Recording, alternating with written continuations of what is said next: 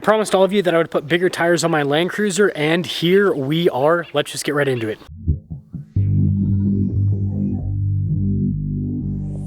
Before we go over these larger tires, let's go over the other two sets of tires that I've had in the Land Cruiser so far. First set of tires are these stock tires, 265 by 70 by 18. That means these are roughly 32.5 inches tall. And as you can see, it's a very soft all-terrain tire. So it's good for fuel economy and on-road driving, but not so much for off-roading. And I actually just realized that I've had another set of tires. It's these, they're 285 by 70 by 17. Really great all-terrain tires, but I felt like they just didn't perform all that well with the Land Cruiser, especially considering the wheel offset that I had. And this leads us to the set that I've had on the longest, also Ridge Grapplers, but they're 255 by 80 by 17. So unlike this set and that set behind, these ones are actually a true 33-inch tall tire. And with these tires, I've really enjoyed the off-road performance as well as the fuel economy and ride quality that I get on road. And the look with these particular tires and wheels is fantastic on the new Land Cruiser. So if you happen to want to buy these set of 4 tires and wheels, these ones are actually for sale. These wheels will fit any of the new Toyota trucks or SUVs. It's a plus 25 offset, really aggressive stance. If you're wondering, I'm going to keep these for when I sell the 250 Land Cruiser. I'm going to throw these back on when I sell it. Any other takeoffs I'm going to throw onto the Grenadier once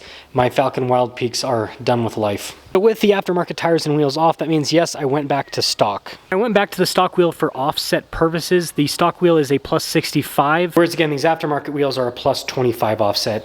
Now the plus 65 offset doesn't look horrible, but it's definitely more tucked and dorky with the appearance compared to the plus 25 that I had before. But it doesn't look nearly as bad as stock because the tire sizing on this is 285 by 70 by 18. So this isn't a true 34-inch tall tire, it's like 33.7 for the size. But after plenty of research and fitting, I have discovered this is the largest tire you can fit on the Land Cruiser without having to remove anything. And when I mean anything, I don't have to remove the mud flaps or any of the liners here in the wheel wells. This isn't technically full crank because I can't hold the camera and then also turn the steering wheel all the way. But as you can see, mostly cranked over with the steering. There's a little bit of space here in the front. There's even less space in the rear. I will say fully locked out in reverse, it does touch a little bit. So if you wanted to fit a true 34-inch tall tire, then you'd have to remove some stuff or deal with a little bit more rubbing. Again, this is a plus 65 offset, which is very positive. And I guess I should mention the tire I went with. I'm trying out the BFG KO3s. I think this tire is going to become really popular, and so I figured it would be good to get some time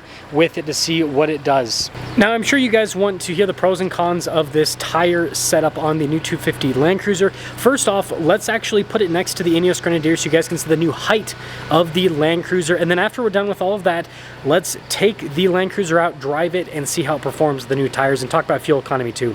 Quick disclaimer, it's going to be a little bit noisy in these clips because I have the engines on both cars running right now. The tire wheel setup on the Grenadier is 285 by 70 by 17, so it's a size smaller than the Land Cruiser. And the lighting here is not fantastic, but you can see that the Land Cruiser tires are in fact taller when you look at them side by side. But the main reason I put these vehicles next to each other is to show you that the Land Cruiser used to sit shorter than the Grenadier, but now they're about the same height. And I'm not talking about the roof lines. If you look underneath, you can see that it's roughly the same height now. It will be interesting to see if the Land Cruiser is in fact the same height as the Grenadier and if it has as much ground clearance as the Grenadier, because the Grenadier has really good clearance overall. I do briefly want to mention there is a tire light on the dash right now. So the aftermarket tires and wheels, we just kept the sensors in that setup, so it actually has full sensors, by the way, if anyone is interested. And although also that set retails brand new, the tires plus the wheels, for about $4,000. I mean, you guys can let me know if I'm not being reasonable with this. I think I would want to get like $2,000 out of it. I think like half off is reasonable for, I mean, those tires don't have that much wear on them, and the wheels have, you know, a little bit of a couple nicks here and there from off-roading, so maybe that's too much. Maybe 1,500 bucks, I don't know. Let me know if you guys think 1,500 to 2,000 reasonable. I think that's reasonable for a full set of tires and wheels with the sensors in them. But anyways, we put new sensors in this and we kind of calibrated it wrong, and so yeah, this will be fixed on Friday, so don't worry about that. I have the tires set at like 42 psi right now, and that's what I think is, I mean, I'll kind of like play with it, but I think this might be the sweet spot in terms of daily driving, is somewhere in the 40s, which is a little bit high for these tires, but the Land Cruiser needs all the rigidity it can get when it comes to on-road driving, because its suspension's kind of, it's not the most wallowy, but especially compared to the Lexus GX sibling, it's a little bit more on the wallowy side of things. So when it comes to performance and everything, right off the bat, I did notice a slight decrease in terms of acceleration going from those Nittos, which I was surprised because Nittos are pretty heavy tires, especially compared to BFGs. But yeah, I think these BFGs, just being a bigger tire, wider tire, they're just heavier overall. Could be possibly the wheels too, because those aftermarket wheels, they're forged wheels, so they're very lightweight. So the wheels could be part of the thing. But the acceleration doesn't feel lackluster. It feels more than adequate enough. It's not as bad as when I put those first set of 285s, the Nittos with the 285 width. Those are really heavy tires. That definitely slowed things down quite a bit. This feels a lot better than that setup that I had.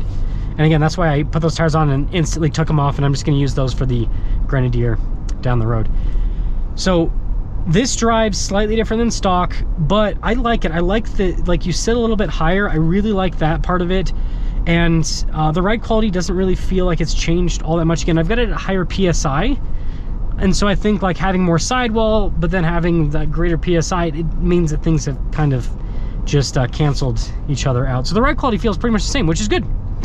And the BFG KO3s are actually pretty quiet. I mean, you hear them a little bit, but it's a nice tire so far. I'm wondering if it's going to be as soft as the KO2s. That's one thing I didn't like about KO2s, is they wore super fast because of how soft they are. So we'll kind of see what happens with these new KO3s. Again, that's why I wanted to test them out for you guys. I test out cars, I test out tires, got to do all of it. Fuel economy. So this isn't going to be a long enough trip to get a good reading. I've been averaging between like 16 to 19 miles per gallon. The highest reading I got was just under 20 miles per gallon.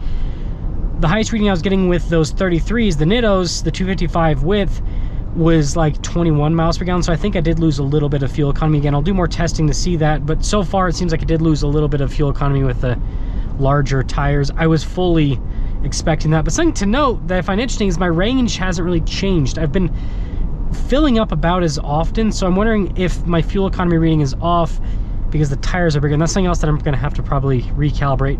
I'm going to take it into the dealership for my 10,000 mile service, and so I'll just ask them to recalibrate to the larger tires when I take it in for that, because I think the speedo and everything could be a little bit off with these new larger tires, because they're a full size larger than stock. So it's not just like a little bump. Like going up to the 33s, that's not enough to change things, but these being almost 34s, yeah, I think it might be just enough to change things. So overall, it seems like everything's pretty good. I obviously have a couple things to work on, but it seems like everything's really solid. I do want to see if this fixes the off-roading though. I've talked about this time and time again with the new Land Cruiser. Off-road, this thing has amazing traction, but it's extremely disappointing when it comes to the clearance. It has so little clearance that you just bottom out all the time, and it's a really big issue. It makes it so it's very difficult to actually off-road with this, because you're constantly hitting things and you're constantly getting beached basically, right? Because you just full bottom out. It happens all the time for me. So if this does in fact have as much clearance as the Grenadier, I think that would fully like just make this actually good off-road, and it could make this like just one of the best like off-road all-around vehicles period, because this is a really good daily driver. Again, the fuel range isn't the best, the fuel economy is not the best, especially considering what you think it would get being a 4-cylinder hybrid, but you put those aside, and if this ends up being as capable as the Grenadier when it comes to clearance with Toyota's traction control system, that could be a really cool combination. So I'll be interested to test that out.